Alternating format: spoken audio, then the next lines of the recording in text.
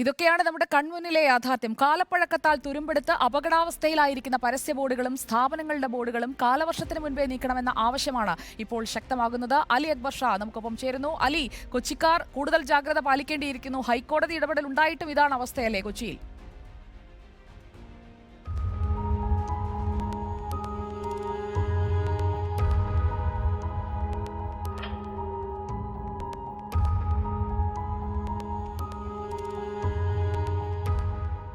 പരസ്യ ബോർഡ് തകർന്നു വീണ് 14 ആളുകൾക്കാണ് മുംബൈയിൽ ജീവൻ നഷ്ടമായത്.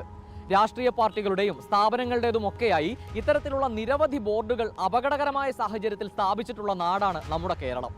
ഞാനിപ്പോൾ നിൽക്കുന്നത് കൊച്ചിയിലാണ്.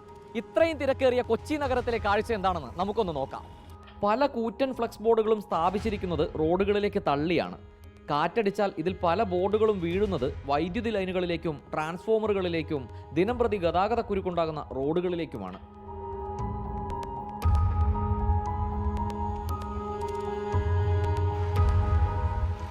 ഞാനിപ്പോൾ നിൽക്കുന്നത് വൈറ്റിലയിലാണ്. ഇപ്പോൾ ഈ കാണുന്ന വാഹനങ്ങൾ പോകുന്നത് വൈറ്റില ജംഗ്ഷനിലേക്കാണ്.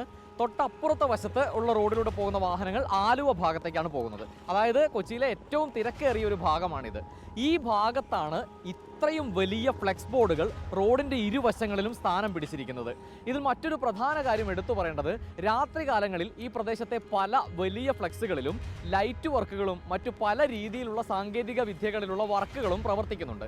ഇത് വലിയ രീതിയിൽ ഡ്രൈവർമാരുടെ ശ്രദ്ധ ആകർഷിക്കുന്നവയാണ്.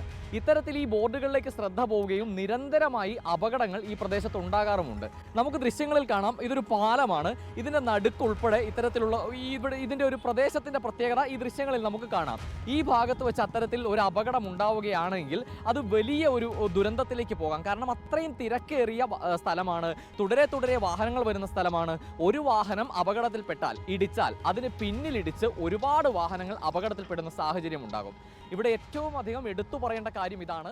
Okay, thank you. Ali Akbar ഷായാണ് കൊച്ചിയിലെ നേർക്കാഴ്ച വിവരിച്ചത്. നമ്മൾ യാത്ര ചെയ്യുമ്പോഴും ഇതൊക്കെ കാണാറുള്ളതാണല്ലേ. അപ്പോൾ